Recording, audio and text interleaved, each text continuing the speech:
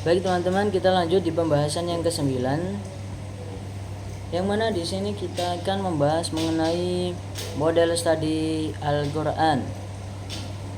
Yang mana di sini kita akan membahas yang pertama mengenai metodologi tafsir klasik dan juga kontemporer. Yang kedua itu ada pendekatan tematik, hermeneutik, dan interdisipliner. Dan nanti baik, kita mulai.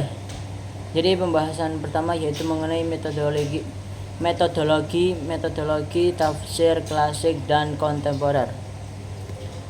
Jadi tafsir klasik, apa sih itu tafsir klasik itu? Tafsir klasik itu berkembang sejak masa sahabat hingga ulama awal. Dan adapun ciri-cirinya itu yang pertama ada penafsiran bertumpu pada riwayat seperti hadis, pendapat sahabat dan juga tabi'in. Dan yang kedua yaitu bersifat tekstual, menekankan makna bahasa seperti sebab turunnya ayat. Contohnya, dan adapun contohnya yaitu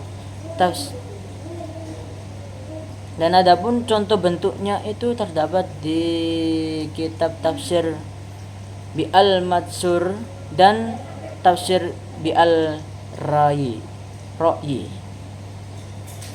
Baik. Dan adapun tafsir kontemporer yaitu tafsir modern berupa menempatkan ayat sesuai tuntutan zaman. Dan adapun ciri-cirinya yaitu yang pertama penafsiran kontekstual, melihat kondisi sosial, budaya, dan perkembangan ilmu. Dan adapun yang kedua yaitu menggunakan pendekatan baru seperti halnya melalui sosial, politik, ekonomi, ataupun sains. Seperti contoh tafsir tematik modern, terus tafsir makosid, dan juga ada lagi tafsir sosial, dan banyak lagi teman-teman.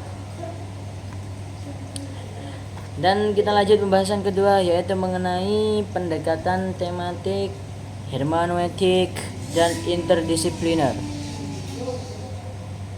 Jadi pendekatan tematik atau bisa disebut dengan maudhu'i, yang mana pendekatan tematik itu menafsirkan ayat berdasarkan satu tema tertentu, kemudian mengumpulkan semua ayat terkait dan mengkajinya secara menyeluruh. Itu kajian tematik. Dan adapun pendekatan hermeneutik, pendekatan hermeneutik itu memahami ayat dengan mempertimbangkan latar sejarah dan makna yang relevan dengan kondisi masyarakat masa kini. Pendekatan ini itu membantu menghubungkan pesan Al-Qur'an dengan realitas modern. Dan ada juga pendekatan interdisipliner. Pendekatan interdisipliner itu menghubungkan ilmu lain seperti sosiologi, antropologi, politik, ekonomi, dan linguistik, sehingga ayat itu dapat dipahami secara lebih komprehensif dan relevan dalam kehidupan kita. Itu. Dan adapun studi khusus dalam konteks ayat sosial dan juga politik. Ayat tentang keadilan, kepemimpinan, musyawarah, dan persatuan itu sering dikaji menggunakan pendekatan tematik atau interdisipliner. Seperti contoh, syarat yang menjelaskan mengenai musyawarah itu terdapat di surat Asy-Syura ayat 38. Yang mana di sana itu difahami dengan konteks demokrasi dan juga modern. Dan adapun ayat yang kedua yaitu mengenai keadilan. Itu dijelaskan di surat An-Nisa ayat 135. Itu dikaitkan dengan hukum dan juga HAM. HAM itu loh, teman. Dan yang ketiga yaitu ayat yang membahas mengenai persatuan.